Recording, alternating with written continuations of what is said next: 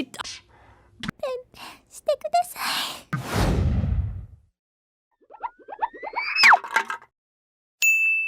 Hi guys, guess who's back? Welcome, welcome, welcome, and welcome if you are new. We are doing yet another reaction video, SCP-666, The Spirit Lodge by SCP Animations. And I hope you enjoy this one. I've got a massive list of SCPs to get through, so we're gonna just try and blitz as many as we can and have a great time watching, because I'm gonna enjoy reacting, and here we go. Addiction.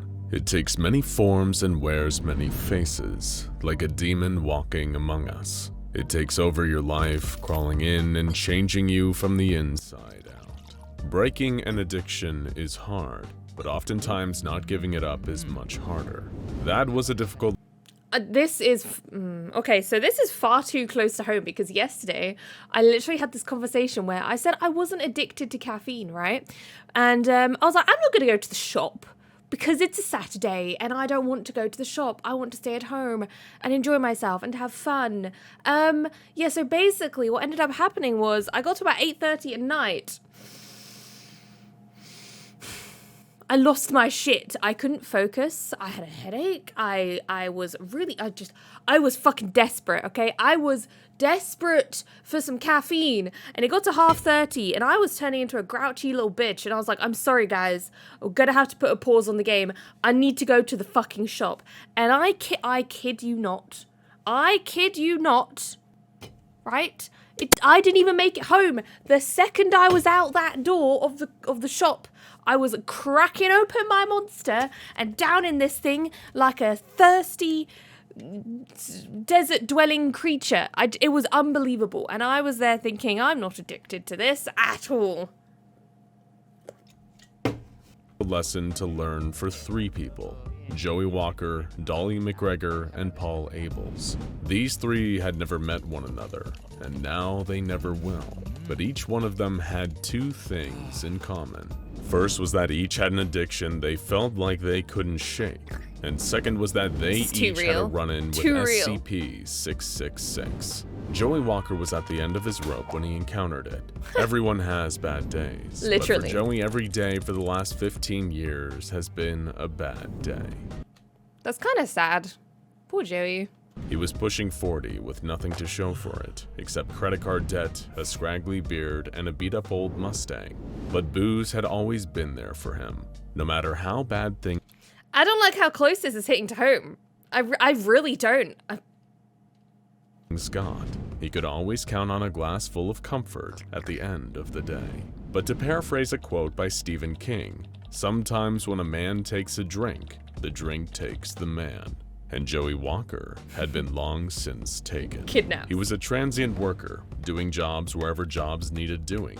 But he never expected that he would end up all the way to Tibet working construction. Not that he was complaining. Sure, it was cold, but there was plenty of Tibetan Chang to enjoy. It was a drink so good that legends even say that Yetis would raid villages in the mountains just to get a little taste. Okay. Joey had taken a liking to the Chang, and it was what he had been drinking when he crashed his car up in the mountains, leaving him stranded in the snow. Oh. Joey had survived the crash itself, but That's he not knew good. he wouldn't last long in the cold. He needed shelter. That's why he felt like he could hardly believe his luck when he first saw the yurt, a kind of traditional Tibetan tent made from animal skins. Joey had never seen anything quite like it. Oh my god, it's But any massive! refuge from the storm would do. He pushed forward through the snow and climbed inside. But the inside of the yurt was nothing like the outside. Is that In brick? fact, it seemed like an exact replica of his favorite sports bar back in Atlantic City. It was warm. There was all the old I'm guessing this is the 666 part. So it makes like environments they're comfortable with or that they know. That's pretty interesting. memorabilia on the walls, and every screen was showing the Saints wiping the floor with the Colts in the 2010 Super Bowl. Joey didn't even question 2010, it. so long He just ago. smiled and approached the bar. He even recognized the bartender, Malcolm, a good old friend of his. Malcolm smiled back at him, but there was something oddly menacing in his grin. "Welcome back," he said. "I thought you'd hauled your sorry keister off to Tibet. Guess you gave up on that too, just like everything else." Well, Okay, yeah. Best friends hitting too close to home. I don't quit things. Well, except Malcolm pushed a glass of beer towards him across the bar and glared. Joey didn't understand why Malcolm was being so aggressive, but he didn't question that either. He grabbed the glass and drank it up, guzzling it down before slamming the empty glass down on the bar. Malcolm kept the drinks coming, round after round, and Joey kept knocking them back. He didn't notice when the TV screens turned to static. He didn't notice when the other patrons at the bar began to jitter and twitch, turning little by little into something less than human. He didn't even notice when Malcolm's face started melting off his skull, as long as he kept pouring. Oh, that is strangely horrifying. It's not even that creepy looking, it's just horrifying. Before he could even really understand what was happening to him, Joey Walker was dead. His liver and kidneys had given out on him. His corpse would later be found frozen on the Tibetan mountainside, just 30 feet away from his crashed car. The coroner's report would list his cause of death as accidental, but this was no accident. He'd fallen victim to SCP-666, an anomalous yurt known to some as the Spirit House. The being he'd call Malcolm is known to the Foundation as SCP-666-1, and Joey had failed its challenge. Sadly for our inebriated friend, the penalty for failure is death. Next on our list of human tragedies comes Dolly McGregor, I'm not gonna lie, honestly speaking, I did not expect that to happen. I thought it was just gonna... I mean, to be fair, it's SCP. I should have expected death, really, shouldn't I? You think I would have learned by now? 62-year-old woman from Anaheim, California. Dolly was never averse to the drink, but she knew how to enjoy her mojitos in moderation. You rarely get to 62 if you don't, and Dolly could tell people with pride that she had 2 children and 6 grandchildren, whom she didn't see nearly often enough for her liking. She also had over $100,000 in gambling debt owed to a number of casinos on the Vegas Strip. Ever since her husband Albert had passed away several years prior, shooting craps, playing blackjack, and willing away the hours in front of the slot machines had been a welcome change from loneliness.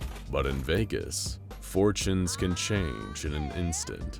Dolly had gone from being on a hot winning streak to losing everything. Oh no! The casinos extended her lines of credit until she was gambling with money she'd never be able to pay back. But that didn't stop her. She'd been selling off... See, this is where I hate gambling, okay? Because, like, they don't care if the people that are gambling there are literally throwing everything away to gamble there. They'll just keep letting them gamble because they want the money. And I don't know. I have a very limited knowledge of gambling because I don't really like the idea of gambling, but it just seems so mean. Like, she's an old lady. You can tell her no. Don't do it. Bad. I don't know. I mean, she probably needs gambling help, but this is getting too real. This is a very real SCP, very close to home SCP. It's affecting me. Everything, even remortgaging the house that Albert had built with his own 2 hands to try and keep up with her ballooning debts. Still, it wasn't enough, but she couldn't stop either. It wasn't even that she felt good about it anymore. It was just that she only ever felt normal among the flashing lights of slot machines and the clatter of dice. That's she so needed sad. to get away, as That's far really away sad. as possible. She heard about people reaching spiritual enlightenment in Tibet. They'd discover God, or gods, or sometimes just a sense of inner peace. Whatever it was, she needed to find it and get this demon off her back. So she took the last of her savings and flew off to Tibet to clear her head. She didn't know if there were any casinos in Lhasa, but if there were, her money would surely be no good there. It was exactly what she needed. But Tibet wasn't the promised land she thought it would be. Wherever Dolly went, there she was, with the same vices and demons chasing her. No. The first night she spent in Lhasa, she used the hotel Wi-Fi to download an online poker app on her phone. No. This culminated in another couple $1,000s lost, Oh, God. and a panic attack that caused Dolly to throw her phone into her toilet before wandering off into the wilderness. She just needed to get away. But time and space got away from her, and eventually she was knee-deep in snow. Where had she come from? Where could she go? Where did she come from, Katanajo? It quickly dawned on her that if she didn't find some kind of shelter soon, she'd be done for. but all she could do was keep walking. That's when she happened upon SCP-666. Is she gonna pass? The yurt was like an oasis on the barren mountainside. She didn't expect comfort inside, but it could at least provide her some shelter until the staff back at the hotel noticed she was gone. Then they'd come and save her, right? Right. Yeah, But when she passed through the yak leather flap into the yurt, Dolly wasn't in an ancient tent in the Tibetan wilderness. She was on a casino floor. There was a big, beautiful roulette table before her, attended to by a grinning, well-dressed croupier. They were flanked by an army of slot machines, and all the pleasing, familiar sounds of cheerful gambling rang out through the air. She approached the table and the croupier shook his head in what seemed like disappointment. Back again, eh, Dolly? He said with a sigh. Of course, I should have expected So it. mean. After all, what else do you have in that empty... To be fair, I'm one of those stubborn people that if someone said that to me, I would do the opposite of what they said out of sheer, like, pettiness, I guess, or sheer stubbornness. If someone was like, back to see you here again, huh? I'd be like, fuck you, fuck everything about this place, I'm gonna burn it to the ground, and then I would rather go outside and die in the snow than stay here with that person. That's how stubborn I am. Like, if you try to tell me what to do, I mean, I guess it's different with videos and stuff, but like, if you try to tell me what to do with like my life, then I will literally do the opposite of what you said. You know? Oh, I don't know. I don't know how you could deal with that. These people be crazy. little life of yours, Without all this, you'd be nothing, right? Nothing. No! Stand up to him, Since Dolly. Albert died Fuck and the him. kids want nothing Stand to do up with to you, him. We're all you've got. So, Dolly, what'll it be? Red or black? Are you feeling Neither. lucky? No. His words wounded Dolly, but that wouldn't stop her. She grabbed her chips and put them all on No, red. Dolly, One no. less spin couldn't Don't give hurt. in. What did she have to lose? She blinked, and she wasn't sitting at the table anymore. She was upright, but she wasn't standing. Her wrists and ankles were bound to something, to a wheel. A giant roulette wheel, like it was some kind of medieval torture device. The croupier was standing across from her. Well, something that used to be a croupier. His face was flickering in and out. Sometimes it was human, sometimes it was a mass of eyes and teeth. More demons were sitting all at the slot machines behind him, pulling levers made from human bones. Good choice, Dolly, the croupier said. No, Red suits you. Dolly. He reached out and gave the wheel a spin. Dolly was lost in an overwhelming, pulsing cascade of lights, colors, and sounds. The horrific tinny noises of slot machines and the laughter of the demonic croupier. No, She was lost Dolly! in panic and terror as she just Oh, kept that's making me spinning feel and sick. spinning and spinning. When her body was eventually found, her muscles were in the advanced stages of atrophy, as though she hadn't been moving for years. Her brain was rotted, and the cause of death was determined as sudden cardiac arrest after an extended period of sleep deprivation and malnutrition. Oh, that's Dolly's horrible. family would never really know. Oh, that's so sad. So she was stuck on that wheel till she... Oh, man. And she obviously lived long. So she was 62 and she lived a long life because she... Oh, that's sad. This is actually a really sad SCP. What happened to her. The SCP Foundation has learned a lot about SCP-666 after containing it in Site-73. Its anomalous effects, namely vivid, complex, and potentially fatal hallucinatory experiences, only affect those with some kind of addiction or dependency. To anyone else entering the yurt, it's just a normal tent. But any addicts who enter will fall under its spell, and are generally transported back to the place where their addiction was at its strongest. There they'll encounter SCP-666-1, an entity that takes the form of a figure from the subject's life, normally one heavily involved in facilitating their addiction. I'm actually really curious. What would I see if I had a monster addiction? Because I buy a lot of these from the local shop.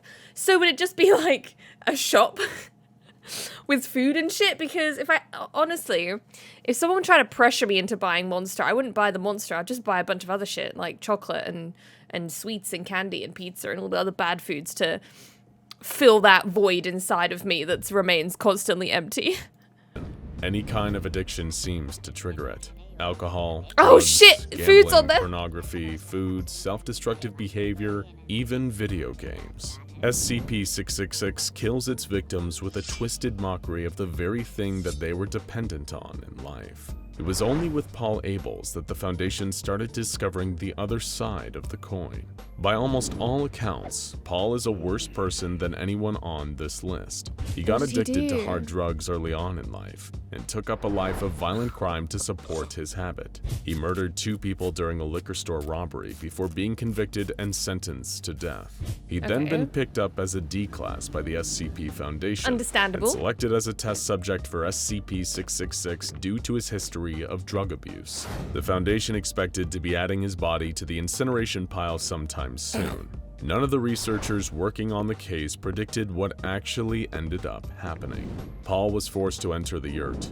Not long after, he found himself standing in a place he'd done everything to try to forget. The dark graffiti-stained alley where he'd been sold his first hit. This was the place Oh. that destroyed his life. Every bad decision he'd ever made could be traced back to here, and Does he specifically turn it down? to one man, Frank. Frank was his first dealer, and now here he was, standing right across from him once What does he do? Does he kill Frank him? was grinning like a demon. "Come on, Polly," he said. "You gotta trash. We both know what you're gonna do. Don't you feel it? The itch? Come on, one more hit, Ooh, Polly. That's all you making need me to itchy. feel better. It's time to take your medicine." Frank, or this thing pretending to be Frank, was right. He did feel the itch. He did want it. Maybe he was no better than this. He began to reach out towards Frank, but then he abruptly pulled his hand back. Frank's eyes widened in genuine surprise as Paul replied, "I'm sorry, that's not me anymore." SCP-666-1 gave a smile and said, "Maybe it isn't, Polly. Maybe it isn't." When Paul Abels was removed from the SCP-666 yurt by one of the attending guards, the Foundation researchers discovered something amazing. What happened? Paul was very much alive, and more incredibly, he didn't feel the Oh. cravings anymore. His addiction was gone. Oh, that's actually, oh, that's so bittersweet. So if you actually can show that you're actively fighting your demons, it will get rid of your demons for you. Oh, that's really bittersweet. I mean, I do feel sorry for dear old Dolly, but... And further tests showed that Paul wasn't a one-off event. In fact, anyone who denies the temptation of SCP-666 will see their addictions miraculously disappear when they finally leave. After this, it became clear to the Foundation that SCP-666 isn't just a way to punish addicts. It's a kind of test. It Those who tests want to change, addicts. who are willing to truly confront their demons and resist the pull of temptation, are rewarded with the one thing they want most in their life: freedom from their addiction. SCP-666 can be your doom or your salvation. And like most things in life, you get what you give. Now check out SCP-610, the Okay. Maybe I was a bit too hasty with my judgment on this one. So it actually was quite... I liked that SCP. It was very bittersweet. I did feel bad for dear old Dolly. I really did. She was a sweetheart, or she seemed like one. But I like the fact that it tests you. So it shows really, truly those deep down that really genuinely want to confront the bad parts of themselves and grow as a person and improve are actually rewarded for doing so. And all those people that are just all smack and they're like, yeah, I'll change, but they never actually change, they get punished for it, essentially. And I mean, I want to say it's harsh, but I kind of think it's a well-written SCP. Kudos to the creator of this SCP. Really well done. I really like that one. Every time I watch an SCP, I'm like, this is now my favorite. This is now my favorite. And then the next, because I'm like, this is one of my favorites now. I liked this one, but I guarantee the next SCP I watch is gonna be, this is now my favorite. But no, really, really well done on that SCP. I liked that one. That was a really fun one to watch, and all the little twists of it as well. So the test SCP Spirit Lodge.